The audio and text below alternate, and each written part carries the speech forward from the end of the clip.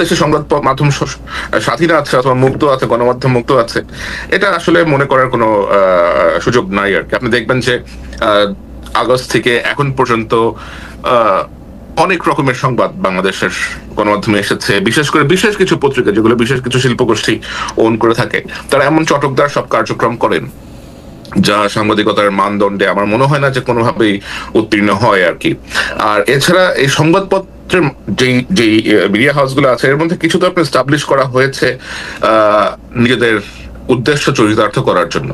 আপনি দেখবেন যে কিছু চ্যানেল আছে, কিছু খবরের কাগজ আছে যাদের নেপথ্যের ব্যক্তিরা অত্যন্ত বিতর্কিত, এবং এদের কাজ হচ্ছে এক পক্ষ হয়ে আরেক পক্ষকে আক্রমণ করা, ওই পক্ষ এসে আবার এই পক্ষকে আক্রমণ করে, কেউ কেউ আবার কখনো সরকারের সহযোগী হয়ে উঠে, কেউ যখন দেখে যে সরকার তাদের কথা শুনছে না তখন কি আবার তারা সরকারকে আক্রমণ করে। এটা আসলে বেশ জটিল এবং বেশ আমার কাছে মনে হয় যে the environment is very dirty. আপনি আসলে কম কথাতেও সবগুলো বিষয়ই আপনি মোটামুটি এনেছেন, কিন্তু একটু সহজ করে মানে কোয়ান্টিফাই করে যদি আমি এখন বলি যে আপনি যদি সংবাদপত্রের স্বাধীনতার সর্বোচ্চ মান যদি হয় 100, এই মুহূর্তে এই সরকার আসার পরে বা 5 আগস্টে শেখ হাসিনা যাওয়ার পরে আপনি এই সংবাদপত্রের স্বাধীনতার মানদণ্ডে এটাকে কত নম্বর দিতে চাইবেন? সংবাদ স্বাধীনতার মানদণ্ডে খুব টাফ, কারণ আসলে কয়েকটা নিউজ পেপার আছে, সর্বোচ্চ 3টার মতো হয়তো আপনার সংবাদ মাধ্যম আছে, চেষ্টা করছে এখনো সঠিক তথ্যটা দেওয়ার জন্য, এবং তাদের স্বাধীনতা আমি বলবো যে কোনো ক্ষেত্রেই 140-এর বেশি নাই। হাসিনার সময় হয়তো যেটা 25 ছিল সেটা এখন 40 হয়েছে। আর অন্য যারা আছে ধরেন আপনার, ওদের তো আসলে ধরেন স্বাধীনতা ডিপেন্ড করে তাদের মালিক যারা, ওদের মর্জির উপরে। কাজী জেসিন থেকে এই ব্যাপারটা একটু জানতে চাই যে বাংলাদেশের গণমাধ্যম বা সংবাদপত্র কে আপনি আসলে কিভাবে দেখছেন এই পর্যায়ে এসে? এখন আমরা কেমন আছি সেটাকে জাজ করার জন্য আগের কথা বাদ দিয়ে আপনি আজকের অবস্থা জাজ করতে পারবেন না, কোনোভাবেই পারবেন না। একটা ভেঙে যাওয়া বাসায় আপনি কেমন করে সাজিয়েছেন, ভুলে যান ভেঙে গেছেন কিনা, এই কথাটা আপনি বলতে পারবেন না। আগে কি মিডিয়া ছিল, গণমাধ্যম ছিল কিনা, সেই প্রশ্নটার উত্তর আমাদের দেখতে হবে। বিগত 15 বছরে যা হয়েছে সেটা কি সাংবাদিকতা হয়েছে কিনা সেটা আমাদের দেখতে হবে, বিরল বিকল্প বাদে। গত 15 বছর যা হয়েছে সেটা তো আমরা দেখেছি। এখন অনেকে বলে শেখ হাসিনাকে ফ্যাসিস্ট হাসিনা বলতে চায় না, বলে মাফিয়া হাসিনার পতন হয়েছে।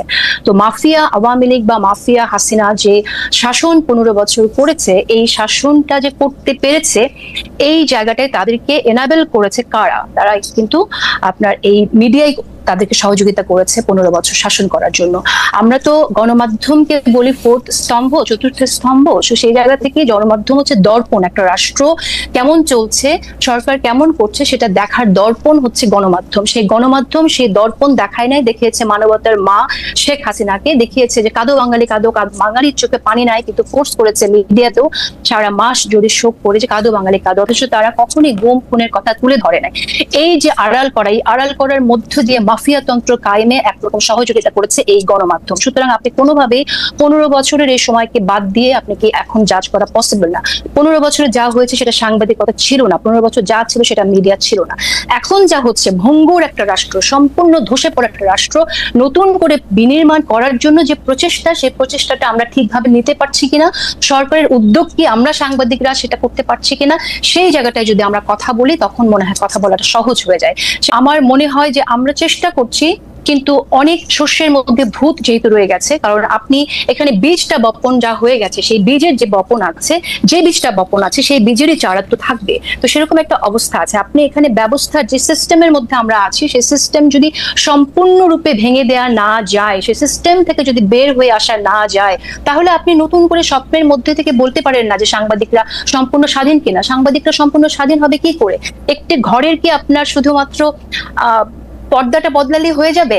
একটি ঘরের কি শুধু দুয়ারের রংটা বদলালে হয়ে যাবে যে সেই ঘরটা অন্যরকম হয়ে গেল? তা তো না।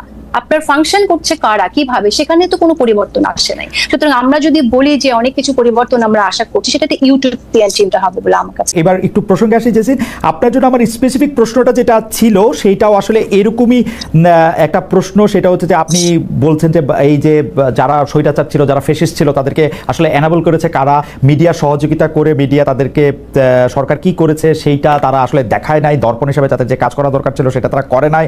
কিন্তু মুশকিল হয়েছে তথ্য প্রযুক্তি 2021-এর যুগে আমরা কিন্তু মিডিয়া যে এটা করে নাই, মিডিয়া যে এটা এরকম ফেল করে গেছে, সেই জন্য বাংলাদেশের জনগণ, পাঠক, অডিয়েন্সও মিলিয়ে মিডিয়াকে কিন্তু সাংঘাতিক রকমের হলুদ কার্ড, লাল কার্ড দেখিয়ে গেছে, এবং মিডিয়া কিন্তু বাংলাদেশে ইরেলেভেন্ট একটা জিনিসে পরিণত হয়েছিল শেখ হাসিনার সময়ে। কেউ বাংলাদেশের গণমাধ্যমকে সেই অর্থে আর বিশ্বাস করতে পারে নাই। বাংলাদেশের মিডিয়া জুলাই আগস্ট মাসেও চরমভাবে শেখ হাসিনাকে সাপোর্ট করে গেলেও তার প্রতি বাংলাদেশের মানুষ আস্থা রাখে না। কিন্তু প্রবলেম হচ্ছে মিডিয়ার এই পরিবর্তনটা, মিডিয়া যা দেখানো দরকার তাদের দেখাবে, তা প্রকাশ করবে, সেই সাহসটা অর্জন করবে, তার জন্যই পুরো বিপ্লবটা হয়েছে। আমার প্রশ্নটা হচ্ছে সেই বিপ্লবটা সফল হয়েছে কিনা, আমরা যা দেখাতে চাই, যাদের প্রশ্ন করতে চাই সেটা আমরা করতে পারছি কিনা, সেটা ছিল আমার প্রশ্ন। আপনার জন্য স্পেসিফিক প্রশ্ন, সেগুলিতে এখন ভিন্ন মতের লোক থাকে না, একই মতের লোক থাকেন। আওয়ামী লীগ আমলেও ভিন্ন মতের গেস্টটা আলোচনা করতে পারতেন, যেটা এখন পারছেন না। সাংবাদিক মুসা ফিরোজ নিজের প্রশ্নের উত্তর নিজে দিয়ে বলছেন, মানে তিনি কয়েকজনের কথা বলছেন তাদেরকে কেন ডাকা হয় না। টিভি চ্যানেল মালিকেরা মবের ভয়ে সেলফ সেন্সরশিপের মধ্যে আছে। আওয়ামী লীগ আমলে যেটুকু স্বাধীনতা ছিল তাও এখন নেই। কাজী হোসেন, আপনি যদি একটু মন্তব্য করতেন, আমরা জুলকারনাইন সাহেবের কাছেও একটা অন্য প্রশ্ন নিয়ে যাবো। নিশ্চয়ই। আচ্ছা, আমি এই প্রশ্নটা উত্তর দেওয়ার আগে আপনার কথাটা বলি আগে, যে আপনি যে মন্তব্যটি করেছেন যে মানুষ মিডিয়া ইররিলেভেন্ট হয়ে গিয়েছিল মানুষের কাছে। যেটা হয়, আপনি বোধহয় জানেন যে ব্যান্ড ওয়াগন এফেক্ট সম্পর্কে, রাইট? যে যখন ফ্যাসিস্টরা থাকে তখন কিন্তু তার বয়ান ক্রিয়েট করার জন্য মিডিয়াকে ব্যবহার করে আপনার মুজিবকে এমন ভাবে পীর বানানো হয়েছিল যে এই বাংলাদেশের মানুষ শেখ মুজিবুর রহমানকে নিয়ে, শেখ হাসিনাকে নিয়ে একটি মন্তব্য করতে পারেনি, এবং যার পরিণতি হচ্ছে এতগুলো মানুষ, হাজার মানুষ, আমি স্পেসিফিক সংখ্যায় যাচ্ছি না, এতগুলো মানুষ প্রাণ দিতে হয়েছে তাদের জন্য। এটা দায় মিডিয়া থাকবে। মিডিয়া ইররিলেভেন্ট হয়ে গেলেও মিডিয়ার দায় মিডিয়াকে নিতে হবে। এই কাজটি মিডিয়ার জন্য হয়েছে, কারণ তারা যদি এর আগে তুলে আনতো যে কি হয়েছে, যে কাজটা all the prime ministers main sir করেছে, তার জীবনে ঝুঁকি নিয়ে যে কাজটি করেছে, সেখানে বাংলাদেশে বসে কিন্তু সেরকম কাজ আমরা প্রতিনিয়ত হতে দেখিনি। এর আগের ঘটে যাওয়া আরো অনেক ঘটনা তুলে আনলে ব্যাপারটা আরো অনেক আগে ঘটতে পারতো, হাসিনার পতন আরো আগে ঘটতে পারতো। এগুলো আমার মিডিয়া নিয়ে মন্তব্য। আর আপনি যে প্রশ্নটি করেছেন যে নিরপেক্ষতার জায়গা থেকে, আমি যখন আমার কাজ করি আমি চেষ্টা করি এখন যারা স্টেক হোল্ডার্স আছেন তাদেরকে ইনভাইট করতে। আমাদের অনেক সমস্যাই হয়, আপনি নিজে হোস্ট করছেন একটা অনুষ্ঠান, নিজে পরিচালনা করছেন, আপনি জানেন যে কি ধরনের চ্যালেঞ্জ ফেস করতে হয়, অনেকের সাথে বসতে চায় না, এই ধরনের প্রবলেম থাকে। তারপর আমার জায়গা থেকে আমি মনে করি যে আমি যতটুকু চেষ্টা করছি সেটা আমি সৎভাবেই চেষ্টা করছি সবার পার্টিসিপেশন রাখার জন্য। আমার এরকম মন্তব্য শুনতে হয় যে আমি অনেক জামাতে নেতাদের ডাকি, কিন্তু আমি তাদেরকে ডাকি এজন্যই যে গণ অভ্যুত্থানের যারা স্টেক হোল্ডার্স, আমি মনে করি তাদের ভয়েস, তাদের ইনক্লুসিভনেস আমাদের মেনটেন করা, ম্যানেজ করা দরকার, যে কোনো ভাবেই হোক আমাদের আলোচনার মধ্যে। এখন আপনি আমাকে বলতে পারেন যে আমি কেন আওয়ামী লীগের একজন নেতাকে আমি ডাকি না।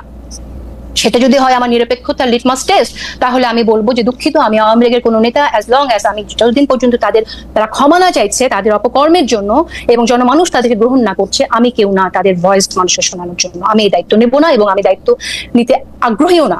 যে অপরাধ করেছে তারা করেছে, সে অপরাধের জন্য তাদেরকে সরি বলতে হবে, মাফ চাইতে হবে। মানুষ যদি মাফ করে তখন ডেফিনেটলি তারা আসবে মানুষের জন্য। একটু স্যারের কাছে যাই যে স্যার, আপনি একজন পেশাদার সাংবাদিক, আপনার অনুসন্ধানের মাধ্যমে, সোর্সের মাধ্যমে রাষ্ট্রের দুর্নীতি, অসঙ্গতির অনেক ডকুমেন্টস আপনার হাতে আসে, সেগুলি কিছু আপনি নিজের সোশ্যাল মিডিয়াতেও তুলে ধরেন। তার মানে ব্যক্তি আপনার সঙ্গেও একটা সংবাদ মাধ্যমের একটা প্রতিযোগিতা আছে, যে মানে আপনি যেটা আসলে আপনার প্রতিষ্ঠান থেকে তুলে ধরছেন না, এমন অনেক কিছু আপনার ব্যক্তি জায়গা থেকে আপনি এটা তুলে ধরছেন। এই যে আপনার সঙ্গে আপনি সহ অন্য আর যারা এই প্রকাশ করার ক্ষেত্রে নিজস্ব প্ল্যাটফর্ম ব্যবহার করতেছে, সেইটার সঙ্গে কি গণমাধ্যমের একটা প্রতিযোগিতা হইতেছে? এবং থ্যাংক ইউ খালিদ ভাই, আমার মনে হয় এটা একটা খুবই গুরুত্বপূর্ণ প্রশ্ন আপনি আমাকে করেছেন। আমার যে অর্গানাইজেশন আমি কাজ করি, আল জাজিরা মিডিয়া নেটওয়ার্ক, এখান থেকে আমি আমার যে ডেস্ক, আমি যে বিষয়ে কাজ করি তা হচ্ছে দক্ষিণ এশিয়া, বাংলাদেশ, মায়ানমার, ভারত, অনেক সময় আরো অন্যান্য প্রজেক্টও আমাকে কাজে লাগানো হয়। যেহেতু আমি বাংলাদেশ থেকে আসছি এবং বাংলাদেশের বিষয়ক সাংবাদিকতা করেই আমার এই পথে যাত্রা শুরু, তো অবশ্যই ন্যাচারালি বাংলাদেশের বিভিন্ন নিউজের প্রতি আমার আগ্রহ অনেক বেশি থাকে। আর লোকজন যেহেতু আমাকে চেনে, অনেকেই আমাকে চেনে, বিভিন্ন সেক্টর অনেকে আমাকে চেনে, অনেকেই আমার কাছে বিভিন্ন রকমের তথ্য প্রমাণ সহ পাঠিয়ে থাকে। এখন ন্যাচারালি আমার আল জাজিরাতে কোনো বাংলা ডিভিশন নাই, এবং এখানে আপনার বিভিন্ন রকম নিউজের আমাদের কাছে আসতে থাকে প্রতিনিয়ত, এবং বাংলাদেশ কেন্দ্রিক নিউজে সবসময় করা সম্ভব না। এটা বেশ অসম্ভব একটা বিষয় আর কি। আর ডকুমেন্টারি করতে অথবা একটা নিউজ স্টোরি করতে আমাদের সময় লাগে, অনেক ওয়েটিং লাগে। তারপরেও আমি যখনই সময় পেয়েছি, আমি আল জাজিরা ছাড়াও অন্যান্য মাধ্যমেও আমার রিপোর্ট, আমি কোরেশীয় মানব জন্য কয়েকটা রিপোর্ট আমি লিখে দিয়েছি। বাট যেটা হয় সেটা হচ্ছে যে আমার কাছে যা আসে আমার পক্ষে এগুলা যেহেতু বাংলাদেশের কোনো পত্রিকা গ্রহণ করতে রাজি হয় না, এখন কেন তারা রাজি হয় না সেটা একটা বেশ বড় প্রশ্ন। কারণ আমি অনেক সময় জিজ্ঞেস করেছি, অনেক এডিটরদের সাথে আমার কথা হয়েছে, তারা বলেছে যে মালিক ঝামেলা করতে পারে, মালিক পছন্দ করবে না, অথবা সরকার আমাদেরকে চাপ দিতে পারে, চাপ দিয়ে নিউজ তুলে নেবে, অনেক প্রবলেম করতে পারে, আমাদের হয়তো ওয়েবসাইট ডাউন করে দিবে, আমাদের জার্নালিস্টকে ভয় দেখাবে। তো আমার কাছ থেকে আসা রিপোর্ট এখনো পর্যন্ত অনেকেই বেশ ভয় পান আর কি। আমার মনে হয় একটা আতঙ্কে থাকেন যে আমার নামে অ্যাফিলিয়েটেড হয়ে গেলে কোনো না কোনো ভাবে যদি তারা ক্ষতিগ্রস্ত হন। কারণ আমার অনেক রিপোর্ট হয়তো অনেকের বিপক্ষে গেছে, অনেকে এটার দ্বারা ক্ষতিগ্রস্ত হয়েছেন, অনেকে কিছুটা হয়েছে, like some people goat affected, এবং তারা কোনো না কোনো ভাবে বিভিন্ন পত্রিকা মিডিয়া হাউসের সাথে সম্পৃক্ত। তো আমার প্রেজেন্স থাকলে তারা মনোক্ষুণ্ণ হবেন। তো আমি যেটা করি, যেগুলো বেশি গুরুত্বপূর্ণ, একেবারেই যেগুলো বেশি গুরুত্বপূর্ণ, যেগুলো যাওয়া উচিত মানুষের কাছে, আমি নিজেই একটু সময় বের করে ওই সেই রিপোর্ট গুলা অথবা সেই ডকুমেন্ট যা কিছু আসে একটু যাচাই বাছাই করি। আর আমার তো অবশ্যই বাংলাদেশে একটা নিজস্ব কিছু লোকজন আছে যারা আমার জন্য এই ফ্যাক্ট চেক গুলা করেন অথবা খোঁজ নেন, বিভিন্ন দপ্তরে গিয়ে আপনার সত্যতা ভেরিফিকেশন করে আসেন। তো সেই মেকানিজমটা আমার আছে, বাট আমি ওটা সামনে আনতে চাই না, because I don't want to risk. না, আপনি অবশ্যই সামনে আনবেন না স্যার, আপনি তাকে প্রোটেক্ট করতেই হবে। আমার মানে এক লাইনে, এবং সেগুলো আমি এডিট করেই নরমালি প্রকাশ করে থাকি। আর আমার মনে হয় যে আমি ফেসবুকে যেটা করি এটা আসলে সাংবাদিকতা না, আমি তো ফেসবুক সাংবাদিকতা করতে আসি নাই। আমার সাংবাদিকতা অন্য জায়গাতে হয়, যেটা আমার কাছে আসে, এটা আমার কাছে চলে আসে তথ্য, এবং আমার মনে হয় যে মানুষের জানা প্রয়োজন, পিপল শুড নো, আমি শেয়ার করে দিই। ছাত্র হিসাবে আমি আপনার কাছ থেকে এটা জানতে চাইবো যে ধরেন আপনি ফেসবুকেরটাকে আপনি সাংবাদিকতা বলতেছেন না, কিন্তু আপনাকে যখন মানে আরো 15-20 বছর পরে যখন কন্টেন্ট অ্যানালাইসিস করে আমাদের সময়টাকে ধরা হবে, তখন আপনি অবশ্যই একটা গুরুত্বপূর্ণ চ্যাপ্টার হিসাবে থাকবেন। তখন আপনার এগুলিকে আসলে কি হিসাবে ধরা হবে? কারণ আমি আপনাকে ঘটনাটাও বলি, তাহলে এয়ারপোর্টের সিসি ক্যামেরার তথ্য যদি আপনার কাছে চলে যায়, তার মানে আপনার তো বিভিন্ন জায়গায় বিভিন্ন মানুষজনও আছে, এবং সেইটার ক্ষেত্রে আপনি একটা পিক এন্ড চুজ করতেছেন। আসিফ মাহমুদ সজীব ভাইকে আপনি দেখতে পারেন না, এনসিপিকে আপনি অপছন্দ করেন, সেই জন্য এটা সঙ্গে সঙ্গে আপনি দিয়ে দিচ্ছেন। কিন্তু বিএনপির কেউ হইলে, আমি কথার কথা করছি, বা জামাতের কেউ হইলে সেইটা আপনি দিতেন না। ব্যাপারটা কি একটা মানে একটা অসম জায়গা তৈরি করতেছে কিনা?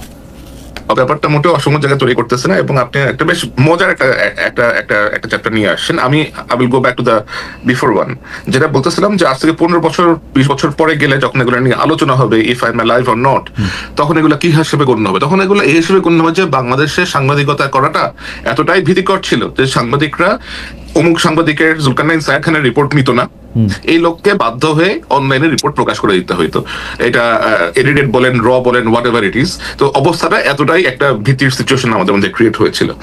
আর আমি তো এর আগেও জন্য আজিজের যে এয়ারলাইনের ভিতরে থাকা ফুটেজ ক্যাপচার করে নিয়ে আসছিলাম, ইসরায়েলির যে মোসাদের যে আউটপোস্ট হাঙ্গেরি, দুটোর মধ্যে ঢুকে গিয়ে মোসাদের যে টেকনিক্যাল ম্যানুয়াল স্পাইওয়ারের, সেটারও ছবি তুলে নিয়ে আসছিলাম। সেগুলো তো স্পর্শকাতর জায়গায় ছিল, এবং সেগুলো তো আমি পাবলিক ইন্টারেস্টের জন্যই করেছি, অনুসন্ধানী সাংবাদিকতার জন্যই করেছি। আসিফের সাথে আমার তো ব্যক্তিগত কোনো দ্বন্দ্ব নাই, আমি ওরা ভালো করে চিনিও না, কখনো কথা হয় নাই।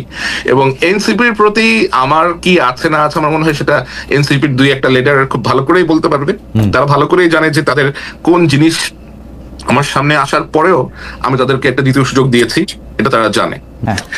আপনি চিন্তা করেন খালিদ ভাই, যে আপনি একটা ঘরে আছেন, একটা বাসায় আছেন, আপনার বাসায় আপনি জানেন যে বাসার ছাদের ওই অংশ যে কোনো সময় ধসে পড়তে পারে, কিন্তু আপনি কোনো ব্যবস্থা গ্রহণ করছেন না।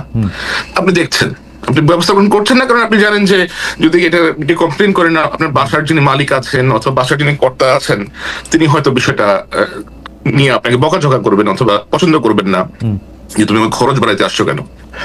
হঠাৎ করে ওই ছাদটা ভেঙে পড়ে বাসার 3টা লোক মারা গেল, দোষটা কার হবে? উড ইউ ফিল যে আপনি এটার জন্য দোষী কিনা? না, আমার মনে হয় বিষয়টা না, অবশ্যই কিন্তু এরকমই হয়েছে। কিন্তু না, আপনারা দুজনই আমার খুবই প্রিয় সাংবাদিক, কিন্তু আমি শুধু আপনাদের মনে করাই দিতে চাই যে 15 বছর ধরে আমাদের ফ্যাসিস্ট শেখ হাসিনার আমলে সাংবাদিকতাকে দেখতে গিয়ে আমরা অতিরিক্ত জেনারেলাইজেশন করতেছি কিনা। কারণ আমরা কিন্তু শেখ হাসিনা, আমি বলি আমরা কিন্তু শেখ হাসিনার যাবতীয় যত দুষ্কর্ম, সেই দুষ্কর্মের যতগুলি আমরা জানি, সেগুলি কিন্তু সংবাদ মাধ্যমের মাধ্যমেই জানি। যে নতুন যে সাংবাদিক গোষ্ঠী তৈরি হয়েছে, এই 10 মাসে যারা সাংবাদিকতা করতেছেন, তাদের বেশিরভাগের ক্ষেত্রে প্রভু বদলাইছে, তাদের অবস্থান বদলায় নাই। মানে এটা ভাঙা ঘর, ভাঙা বাড়ি, মাথার উপরে ভাঙা পড়ছে, সেটা দিয়ে এটা বিবেচনা করা যাবে কিনা। তারা কেউ কেউ দাবি করতেছে এরকম যে আমরা বিএনপির ঘনিষ্ঠ লোক, আমরা বিএনপির জন, সেই জন্য আমি এখন সম্পাদক হবো। কেউ কেউ দাবি করতেছে জামাতের লোক, সেই জন্য আমি সম্পাদক হবো। আমি এনসিপির লোক, সেই জন্য আমার এটা করতে হবে। আমরা 15 বছর বঞ্চিত, মানে সোজা কথা বলতে যে 15 বছরে যেই দুষ্টামিগুলি আওয়ামী লীগ করছে সেগুলি এখন আমরা করবো, এইটা যারা করছে, মানে সেইটা ঠিক হবে কিনা আসলে যেটা বলতেছে যে এটা করা কখনোই উচিত হবে না, কখনোই। এবং এই জিনিসটাই বন্ধ করতে হবে যে রাজনৈতিক পরিচয়ের ভিত্তিতে সাংবাদিকতা পেশায় যে প্রেফারেন্স দেওয়া হয়, এই প্রেফারেন্সিয়াল ট্রিটমেন্টটা বন্ধ করতে হবে।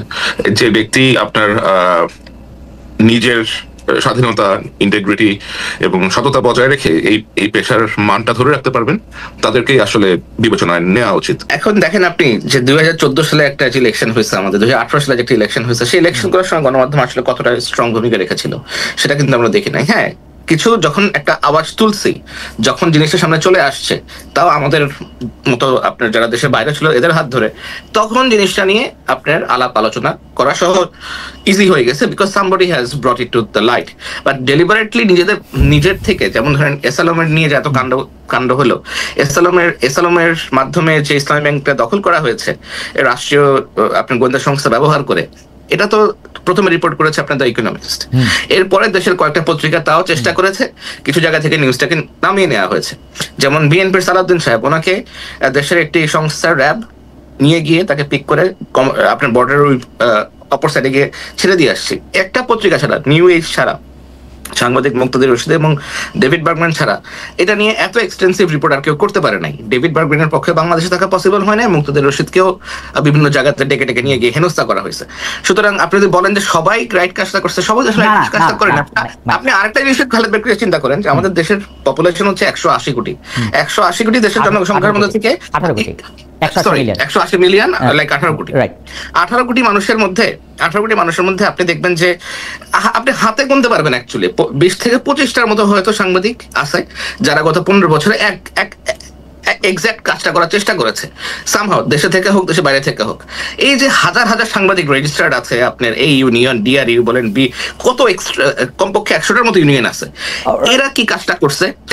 প্রধান কাজই ছিল সরকার প্রধানকে আসলে, যেটিকে আমরা এখন সাংবাদিকতার কথা যদি বলি যে আমরা আসলে এখন কেমন আছি, আমার তো মনে হয় যে মূল জায়গাটাই তো নষ্ট হয়ে গেছে। তো মূল জায়গাটা যখন নষ্ট হয়ে গেছে, এটা ঢেলে সাজানো ছাড়া তো সুপারফিশিয়াল যাই হবে সুপারফিশিয়াল। আপনি উপর থেকে একজন ব্যক্তি পরিবর্তন হলে, দুজন ব্যক্তি পরিবর্তন হলেই তো হবে না, পুরো সিস্টেমটাই তো করাপ্ট। এখানে যেমন আপনার কর্পোরেট সেন্সরশিপ আছে, পলিটিক্যাল সেন্সরশিপ তো আসবেই। যখন কিনা আপনার কালো টাকার বিনিয়োগ থাকবে, তখন তো আপনার পলিটিক্যাল সেন্সরশিপটা আসবে। আরেকটা বড় সমস্যা হচ্ছে, দেখেন এই যে শেখ হাসিনা কিন্তু বাকশাল, একটা নব্য বাকশাল, ডিজিটাল বাকশাল কায়েম করেছেন। কিভাবে? পত্রিকা বন্ধ না করে, ভেরি স্মার্টলি পত্রিকা বন্ধ না করে, কোনো টেলিভিশন বন্ধ না করে, আরো বেশি বেশি লাইসেন্স দিয়ে সবগুলোকে নিজের জন্য, নিজের মাইক হিসেবে ব্যবহার করার মধ্য দিয়ে। এখন এই প্রতিষ্ঠানগুলো লাইসেন্স কাকে দেওয়া হয়েছে?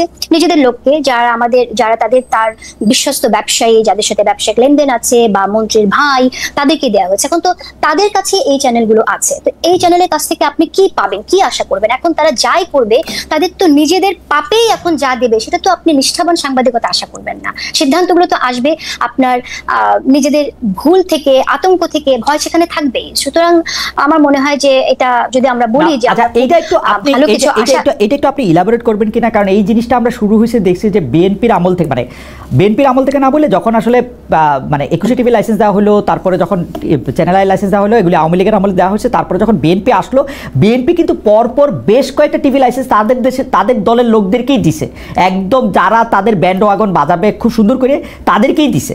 এবং তাদের কেউ লাইসেন্স কিন্তু আওয়ামী লীগ আমলে রয়েও গেছিলো। আপনি জানেন যে এনটিভি, বাংলা ভিশন, বৈশাখী, সেগুলি কিন্তু রয়েও গেছিলো।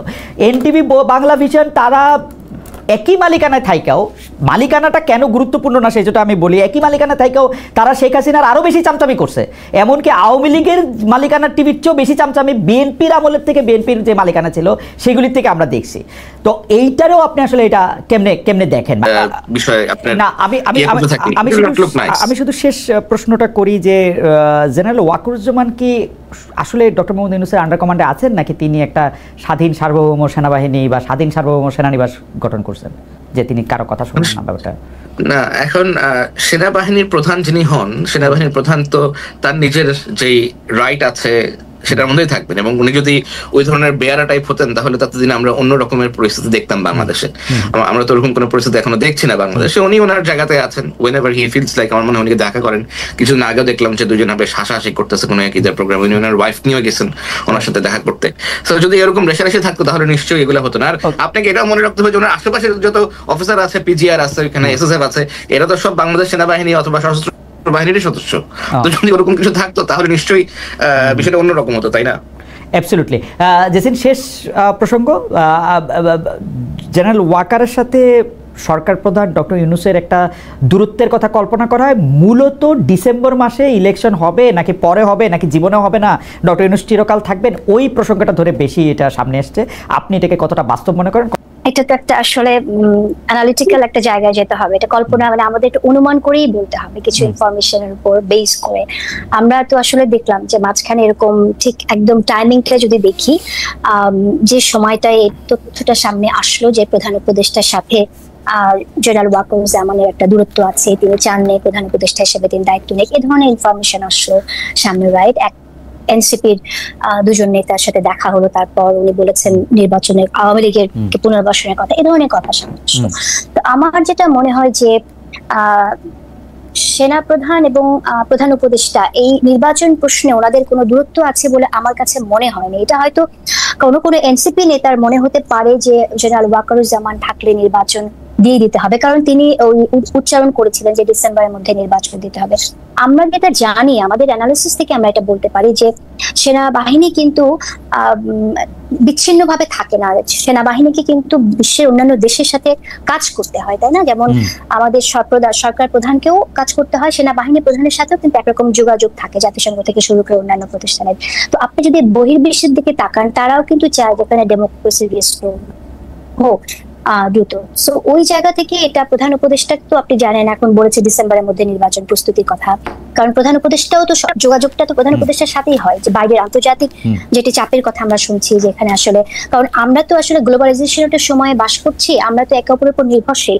বিশ্বের অন্যান্য দেশগুলো কিন্তু আমাদের সাথে একটা সম্পর্ক রাখতে চায়, কারণ তাদের আমাদের সাথে যে রিলেশনশিপটা আছে এবং বিনিয়োগটা আছে এবং বিনিয়োগ বাড়ানোর বাইলেটারাল যে বিষয়গুলো আছে সেটার জন্য তারা হয়তো একটা স্থিতিশীল পরিবেশ দেখতে চায়। সেই জায়গা থেকে নির্বাচনের কথা হয়তো তারা বলে এবং প্রধান উপদেষ্টা ওটা চান। এবং জেনারেল ওয়াকারুজ্জামান আমার অ্যানালাইসিস যেটা বলে সেই জায়গা থেকে উনি বলেছেন যে দেশে ডেমোক্রেসি আসা দরকার, ডিসেম্বরের মধ্যে নির্বাচন। এবং এই কারণেই হয়তো একটা দূরত্ব সৃষ্টি হতে পারে এবং অনেকে মনে করতে পারে যে উনি থাকলে সরকার নির্বাচন দ্রুত দিয়ে দেবে। এটা আমার জাস্ট একটা অনুমান।